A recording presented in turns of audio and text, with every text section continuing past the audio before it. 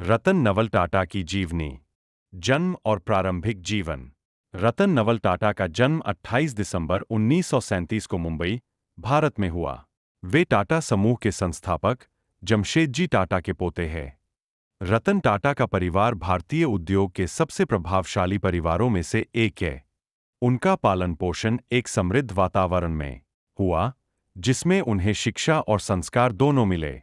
रतन टाटा ने अपनी प्रारंभिक शिक्षा सेंट कैथेड्रल और जॉन कनन स्कूल, मुंबई से प्राप्त की। इसके बाद उन्होंने ग्रेजुएट डिग्री के लिए 1955 में अमेरिका के कॉर्नेल विश्वविद्यालय में दाखिला लिया।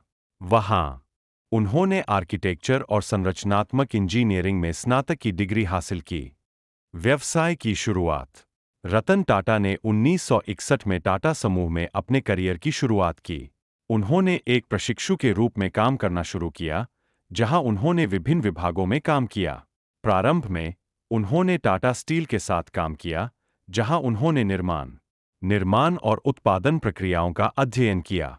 1971 में उन्हें टाटा इंडस्ट्रीज का निदेशक नियुक्त किया गया। इस दौरान उन्होंने समूह की विभिन्न कंपनियों के बीच सहयोग को बढ़ावा देने का काम किया। टाटा समूह का नेतृत्व। 1991 में रतन टाटा ने टाटा समूह के चेयरमैन का पद संभाला। उनके नेतृत्व में टाटा समूह ने कई महत्वपूर्ण कदम उठाए। उन्होंने समूह के व्यवसायों को विविधता दी और उन्हें अंतर्राष्ट्रीय स्तर पर विस्तार करने के लिए प्रेरित किया। उनकी दृष्टि के तहत टाटा समूह ने कई नई कंपनियों की स्थापना की, जैसे कि Tata consultancy services, Tata Motors और टाटा पावर। रतन टाटा ने 2000 में टाटा नैनो कार को लॉन्च किया, जो विश्व की सबसे सस्ती कार मानी गई। टाटा समूह का चेयरमैन।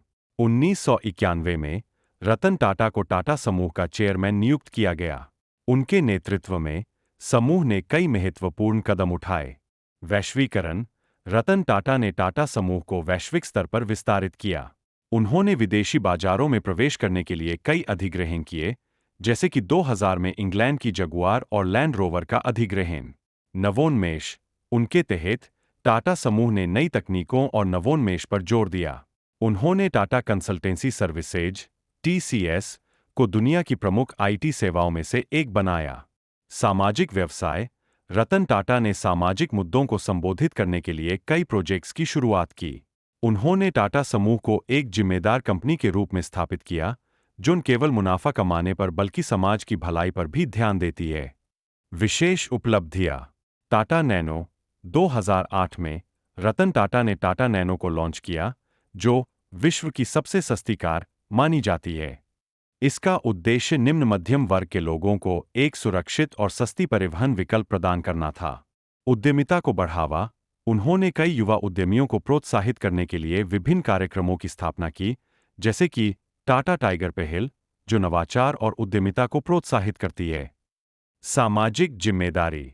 रतन टाटा का मानना है कि व्यापार का उद्देश्य केवल मुनाफा कमाना नहीं है, बल्कि समाज की भलाई में भी योगदान देना है। उन्होंने टाटा ट्रस्ट्स के माध्यम से शिक्षा, स्वास्थ्य और ग्रामीण विकास पर कई पहल की है। उनके प्रयासों ने लाखों की जिंदगी में सकारात्मक बदलाव लाया है। पुरस्कार और मान्यता। रतन टाटा को उनकी अद्वितीय उपलब्धियों के लिए कई पुरस्कारों से नवाजा गया है। भारत सरकार द्वारा उन्हें पद्म भूषण 2000 और पद्म विभूषण 2008 जैसे उच्च नागरिक सम्मान मिले हैं। उन्हें कई अंतर्राष्ट्रीय पुरस्कार भी मिले हैं, जैसे कि फोर्ब्स द्वारा business leader of the year और Order of the British Empire. वर्तमान समय। 2012 में रतन टाटा ने टाटा समूह के चेयरमैन के पद से रिटायरमेंट लिया, लेकिन वे समूह के सलाहकार और विभिन्न सामाजिक परियोजनाओं के प्रति सक्रिय हैं। वे युवा उद्यमियों को मार्गदर्शन देते हैं और समाज सेवा में भी लगे रहते हैं। निष्कर्ष। रतन नवल टाटा का जीवन एक प्रेरणादायक यात्रा है, जो व्यापार, नवोन्मेष और सामाजिक सेवा का अद्भुत मिश्रण है। उनका दृष्टिकोण और कार्य भारतीय उद्योग जगत में एक मील का पत्थर है।